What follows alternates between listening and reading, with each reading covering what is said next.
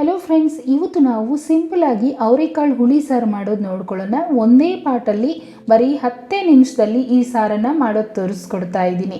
ಮಾಡೋ ವಿಧಾನ: ಮೊದಲು ಅರ್ಧ kg ಅವರೆಕಾಳನ್ನು ಬಿಡಿಸಿಟ್ಕೊಂಡಿದ್ದೀನಿ. ನೋಡಿ, ಫ್ರೆಶ್ ಆಗಿ ಚೆನ್ನಾಗಿದೆ ಅಲ್ವಾ?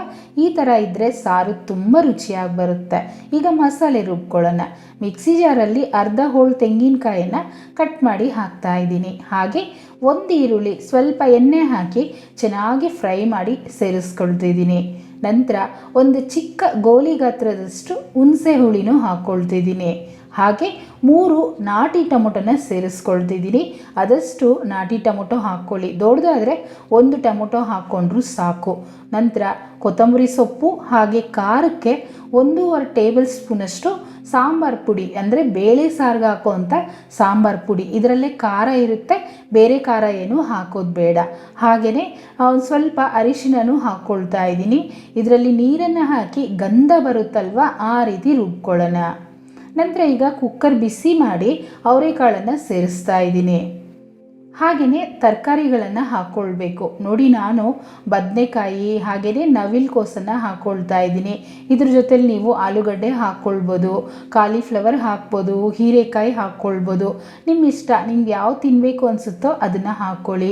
ಹಾಗೆ ನಾವು ರುಬ್ಬಿಟ್ಟಿರೋಂಥ ಮಸಾಲೆನೂ ಸೇರಿಸಿ 2 ಗ್ಲಾಸಷ್ಟು ನೀರನ್ನು ಹಾಕ್ಕೊಳ್ತಾ ಇದ್ದೀನಿ. ಬೆಂದ ನಂತರ ಇದು ಗಟ್ಟಿಯಾಗುತ್ತಲ್ವ, ಅದರಿಂದ ಸ್ವಲ್ಪ ನೀರು ಹೆಚ್ಚಿಗೆ ಹಾಕ್ಕೊಳ್ಳಿ. ನಂತರ ರುಚಿಗೆ ತಕ್ಕಷ್ಟು ಉಪ್ಪನ್ನು ಸೇರಿಸ್ತಾ ಇದ್ದೀನಿ.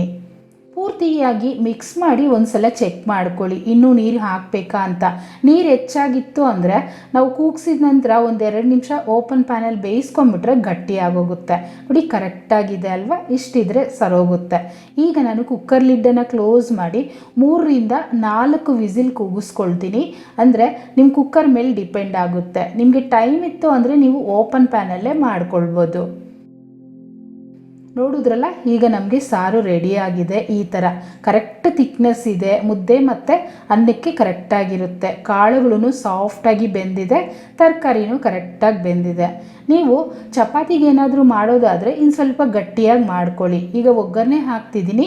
1 ಸ್ಪೂನ್ ಎಣ್ಣೆ ಬಿಸಿ ಮಾಡಿ ಸಾಸಿವೆ ಮತ್ತು ಕರಿಬೇವನ್ನು ಹಾಕ್ಕೊಳ್ತಿದ್ದೀನಿ. ಇಷ್ಟೇ ಫ್ರೆಂಡ್ಸ್, ಸಿಂಪಲಾಗಿ ಒಗ್ಗರಣೆನೂ ರೆಡಿ ಆಗೋಯ್ತು.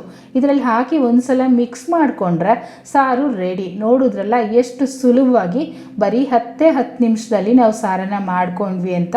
ಬಿಸಿ ಬಿಸಿ ಮುದ್ದೆ ಮತ್ತು ರೈಸು, ಚಪಾತಿ, ನಿಮ್ಗೆ ಯಾವುದ್ರ ಜೊತೆ ಬೇಕು ಅನಿಸುತ್ತೋ ಅದ್ರ ಜೊತೆ ಸರ್ವ್ ಮಾಡ್ಕೊಳ್ಳಿ.